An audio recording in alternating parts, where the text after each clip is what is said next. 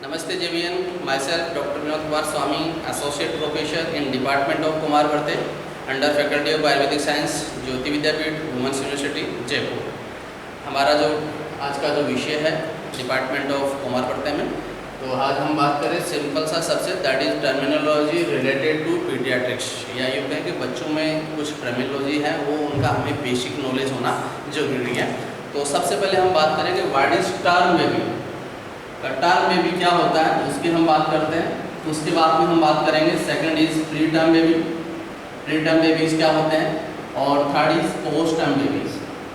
ये जो तीनों जो टर्मिनोलॉजी है रिलेटेड टू गेस्टेशनल एज, बच्चा गर्भावस्था में कितने दिन अंदर गर्भ में रहता है उसके आधार पर कुछ टर्मिनोलॉजी बताई गई है। तो इन टर्मिनोलॉजी को जाने उससे पहले सबसे पहले पता होना चाहिए कि that is what is gestational age.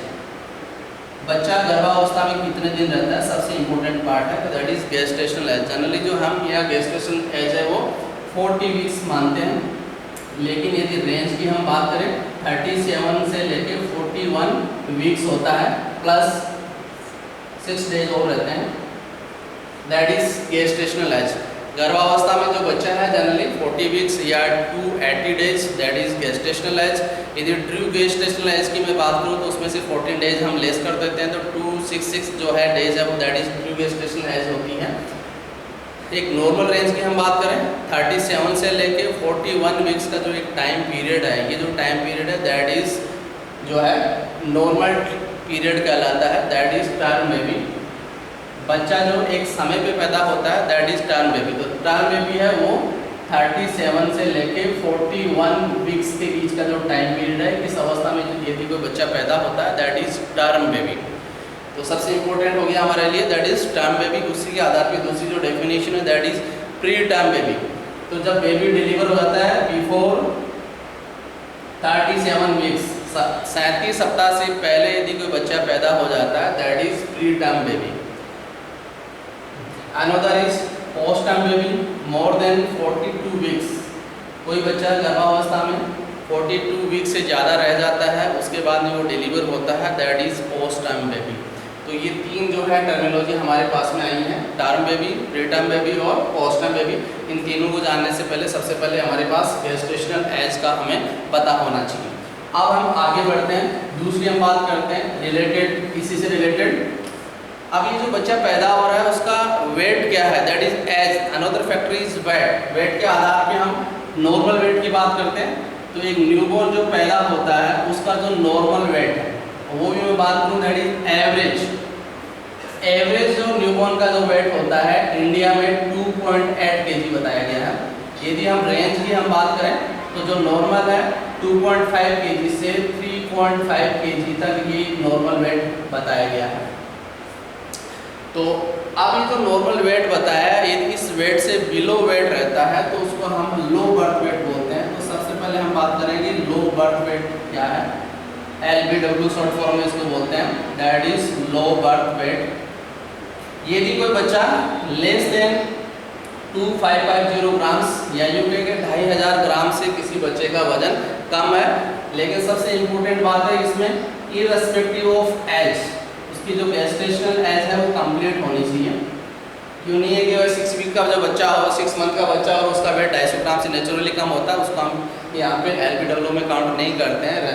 Irrespective of gestational age के अनुसार यदि उसका वेट कम है या यूँ कहें कि 37 से 41 के वीक का जो बेबी है उसका यदि वेट 2500 ग्राम से भी कम है तो वो लो बर्थ वेट में आता है। अब इसको हम और आगे बढ़ते हैं, VLBW। तो V का जो अर्थ यहाँ भी वेरी रहेगा, बाकी सेम रहेगा, low birth weight, very low birth weight है। और यहाँ पे जो वेट का जो क्राइटेरिया है लेस देन 1500 ग्राम रहेगा, या यूँ कहें आम भाषा में 1500 ग्राम से यदि किसी बच्चे का वजन कम है वो वेरी लो बर्थ वेट में काउंट होता है। लेकिन यहाँ पे भी इररेस्पेक्टिव ऑफ गेस्टेशनल एज हमें ध्यान में रखना है। Another condition is third condition ELBW, that is extremely, E for extremely है, बाकी सेम है। तो यहाँ पे हम जो वेट की हम बात कर रहे हैं एक्सट्रीमली लो बर्थ वेट, इस प्रकार की जो बेबी हैं जिनका वजन less than 1 kg, irrespective of gestational age. 1 kilo वजन से भी यदि किसी बच्चे का वजन कम है, that is extremely low birth weight babies हम बोलते हैं। ये हमारे लिए जानना इतना इम्पोर्टेंट है क्योंकि जब किसी भी न्यूबॉर्न का जब मैनेजमेंट की बात आती है या उसके न्यूट्रिशन की बात आती है तो उस समय हमें वेट का ज्ञान होना चाहिए। तो जितना ज़्यादा वेट कम है उसके अनुसार हम उसका मैनेजमेंट अलग तरीके से करते हैं। तो ये हमारी बात आई कि जो वेट है उसकी हम बात करें। अब इसी वेट के साथ में इन चीज़ें मैं और बताना चाहूँगा। यहाँ पे 3 कंडीशंस हैं प्री टर्म बेबी के लिए ले रहा हूँ सबसे पहले। अब वो 3 तरह के हो सकते हैं प्री टर्म बेबी भी, एप्रोप्रिएट फॉर डेट या you can appropriate for gestational as. दूसरी जो कंडीशन है लार्ज फॉर डेट, दूसरा नाम दे सकता हूँ large for gestational age. Third condition is small for date और another condition is small for gestational age, ऐसे भी मैं बोल सकता हूँ।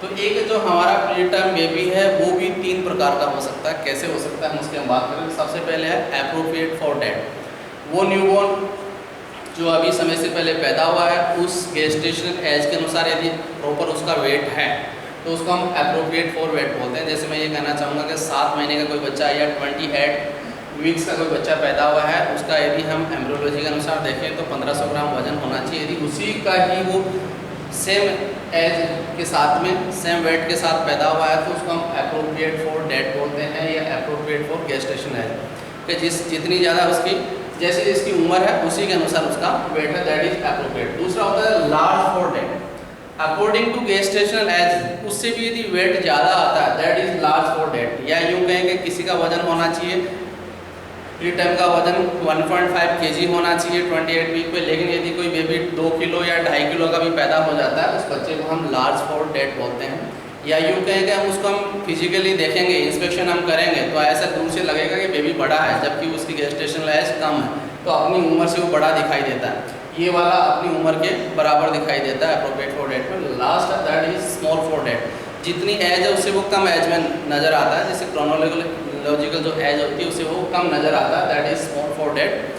तो जो बच्चे मान लीजिए 28 वीक में वजन 1 किलो है या 1 किलो से भी कम है तो हमें ऐसा लगेगा कि बच्चे की जो है गेस्टेशनल एज कम है, इस प्रकार का जो बच्चा है that is small for date कहलाता है। ऐसी की ऐसी कंडीशन टर्म बेबी में भी होती है। टर्म बेबी की हमने बात की कि जो नॉर्मल जो वेट है उसका 2.5 से 3.5 किलो होता है, तो एप्रोप्रिएट फॉर जो डेट है उसमें मान लीजिए कि 2.5 से जो 3 किलो का या 3.5 किलो का जो बच्चा है वो एप्रोप्रिएट फॉर डेट में आ जाएगा। मोर देन 4 kg का है वो लार्ज फॉर डेट में रहेगा, और स्मॉल फॉर डेट है जनरली यूँ कहेंगे बिलो देन 2 kg से अधिक कम वजन है किसी बच्चे का तो उसको हम स्मॉल फॉर डेट कहते हैं। जनरली हमें ये छोटी उम्र का नज़र आता है। ऐसा का ऐसा ही पोस्ट टर्म में होता है। तो ये जो हम 3 प्रकार के जो बच्चे बोले हैं गेस्टेशन एज के आधार पर, तीनों को 3 प्रकार से कहा गया है, appropriate for date, small for date और लार्ज फॉर डेट। हमें फिजिकली वो कैसे नज़र आते हैं उसकी हम बात करें तो ये बेसिक सी जो चीज़ें हैं हमारे लिए जानना ज़रूरी है। तो हमने अभी इस तक टॉपिक में 2 बातें करी हैं, एक गेस्टेशनल एज की आधार पे, दूसरा वेट के आधार पे। इन्हीं परिभाषाओं से संबंधित कुछ बातें मैं और करना चाहूँगा। अकॉर्डिंग टू गेस्टेशन एज हम कुछ नामकरण हम बता सकते हैं कि बच्चे को जनरली क्या बोला जाता है। जब बच्चा पैदा होता है फर्स्ट टाइम तो उसकी जो संज्ञा है वो नियोनेट कही जाती है। नवजात, हिंदी में हम कहें तो उसको हम नवजात बोलते हैं।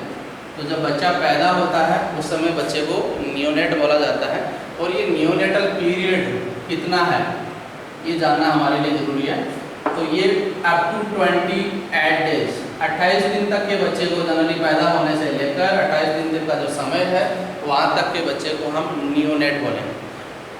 अब इस नियोनेट को भी मैं 2 भागों में बांट देता हूँ।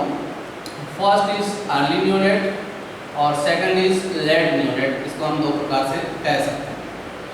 तो जो भी बच्चा पैदा हो रहा है उसका अकॉर्डिंग टू टाइम पीरियड उसके हमने अलग अलग क्लासिफिकेशन कर रहे हैं। First is early neonate. Early neonate generally up to 7 days कहलाता है। जन्म के बाद से लेके और जो पहला सप्ताह कंप्लीट होता है वहाँ तक जो बच्चा है वो अर्ली नियोनेट है, और 8 डेज से लेके 28 डेज का जो समय है उसको हम लेट न्यूनेट में बांटा गया है। क्लासिफिकेशन का जो आधार है उसका मैनेजमेंट के आधार पर, जनरली जो फर्स्ट वीक है बच्चे के लिए बड़ा डेंजरस पीरियड होता है, न्यूट्रिशन की अलग रिक्वायरमेंट है, उसके आधार पे हम उसको अलग अलग भागों में बांटा गया है। तो फर्स्ट इज अर्ली न्यूनेट, दूसरा है लेट न्यूनेट। उसके साथ में हम आगे चलते हैं, हमारे लिए जानना जरूरी हो जाता है कि 1 साल तक के बच्चे को हम क्या कहेंगे, दैट इज इन्फेंट। तो 28 डेज से लेकर अप टू 1 ईयर उस बच्चे को हम इन्फेंट कहें। तो ये जो दो डेफिनेशंस हमारे पास आई हैं, first is neonate, another is infant.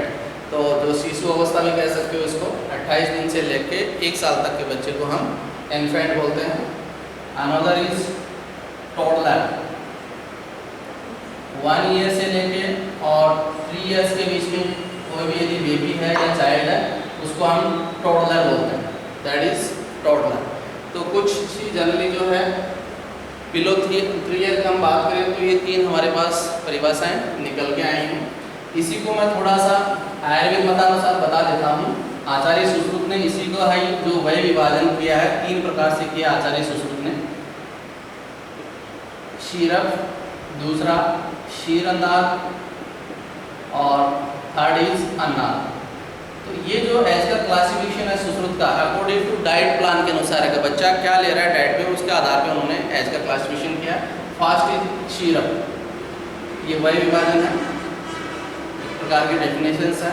शीरक जो बच्चा टोटल शीर पे डिपेंड रहे या दूध पे डिपेंड रहे, इस प्रकार के बच्चे को हम शीरक बोलते हैं। जनरली ये अप टू 1 ईयर होता है। 1 साल तक का जो बच्चा है जनरली माँ के दूध पे भी डिपेंड होता है, तो उसको शीरक कहा गया है। जब वो नेक्स्ट ईयर में आता है 1 to 2 ईयर में, तो बच्चा माँ का दूध भी पी रहा होता है और साथ में कुछ फूड भी ले रहा होता है, तो फूड को हम अन्न बोल रहे हैं। इस प्रकार का जो बेबी है वो हमारा क्षीर अन्नाद कहलाता है। और मोर देन जो 2 ईयर्स है, 2 साल से यदि कोई बच्चा बड़ा है तो जनरली हम देखते भी हैं कि या तो माँ दूध छुड़वा देती है या बच्चा छोड़ देता है या फिर ब्रेस्ट मिल्क का फॉर्मेशन बंद हो जाता है। ऐसी स्थिति में बच्चा टोटली अन्न पे डिपेंड हो जाता है, दैट इज इंडिपेंडेंट। अभी तक वो मदर पे डिपेंड था, अब वो इंडिपेंडेंट हो गया। मोर देन 2 ईयर इस प्रकार के बच्चे को हम अन्नाद बोलते हैं।